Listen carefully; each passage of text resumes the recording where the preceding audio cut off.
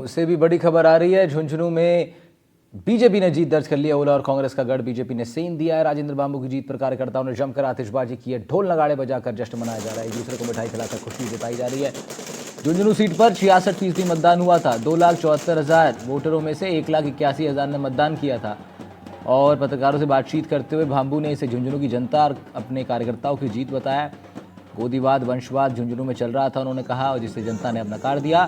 झुंझुनू में मोदीवाद जीता है। प्रधानमंत्री नरेंद्र मोदी और मुख्यमंत्री भजनलाल शर्मा के कार्यों को झुंझुनू ने आज मोहर लगा दी। ये कहा उन्होंने। जीत के बाद भजनलाल शर्मा ने भी फोन पर राजेंद्र भांबू को बधाई दी।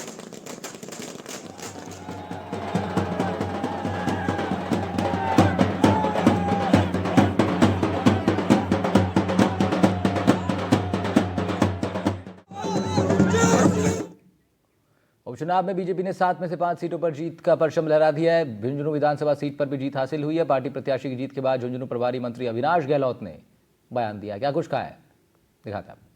झुंझुनू में 21 साल बाद कमल खिला है और प्रभारी मंत्री जो अविनाश गहलोत है, उनके नेतृत्व में चुनाव लड़ा जा रहा था। सर, कई दिनों से डेरे डाले हुए थे, लगातार कोशिश कर रहे थे, क्योंकि कांग्रेस है वो यहाँ गढ़ बनाई हुई थी। गढ़ ढहा गया है 21 साल बाद। किस तरह देखते हैं सर?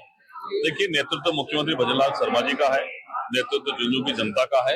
हम लोग एक सहयोगी नाते झुंझुनू में इस सीट को जीतने के लिए कार्यकर्ताओं के बीच में समन्वय का काम कर रहे थे। और मुझे खुशी है कि जिस प्रयास को लेकर हमने काम शुरू किया था, वो प्रयास हमारा सफल रहा।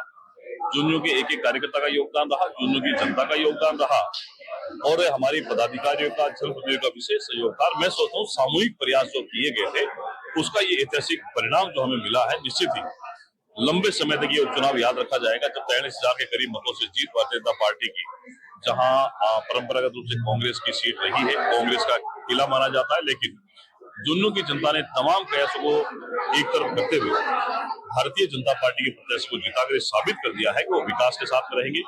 मुख्यमंत्री भजनलाल शर्मा जी के नेतृत्व की सरकार के साथ में रहेंगे। उनको बहुत कुछ काम करना है। झुंझुनू में पीने के पानी की समस्या का समाधान भी मुख्यमंत्री भजनलाल शर्मा ही करने वाले हैं। इसलिए विकास के आधार पर भी, और निश्चित रूप से एक बड़ा मैंडेट मैं सोचता हूँ मिला है।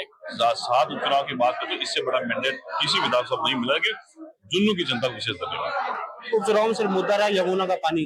विधायक जीत गए, अब क्या प्रयास रहेंगे यमुना का पानी लाने को? देखिए, हमारे मुख्यमंत्री ने पहले ही कह दिया है कि इस सरकार के कार्यकाल के अंदर ही चूरू झुंझुनू सीकर को यमुना जल समझौते का पानी मिलेगा। हरियाणा सरकार के साथ MOU हुआ है।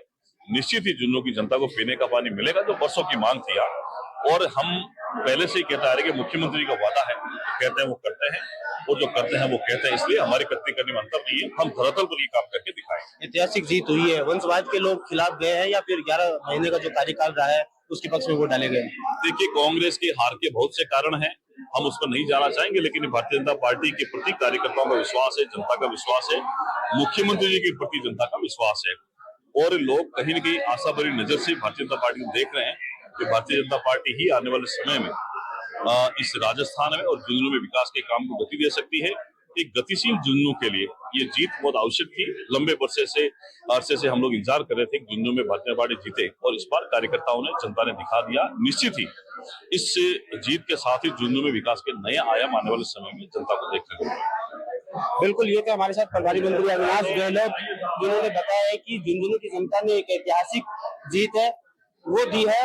उससे भजनलाल शर्मा जो मुख्यमंत्री है, वो आने वाले दिनों में यहाँ विकास के आयाम है वो और तेजी से करेंगे, और झुंझुनू की जनता का धन्यवाद है वो भी दिया है।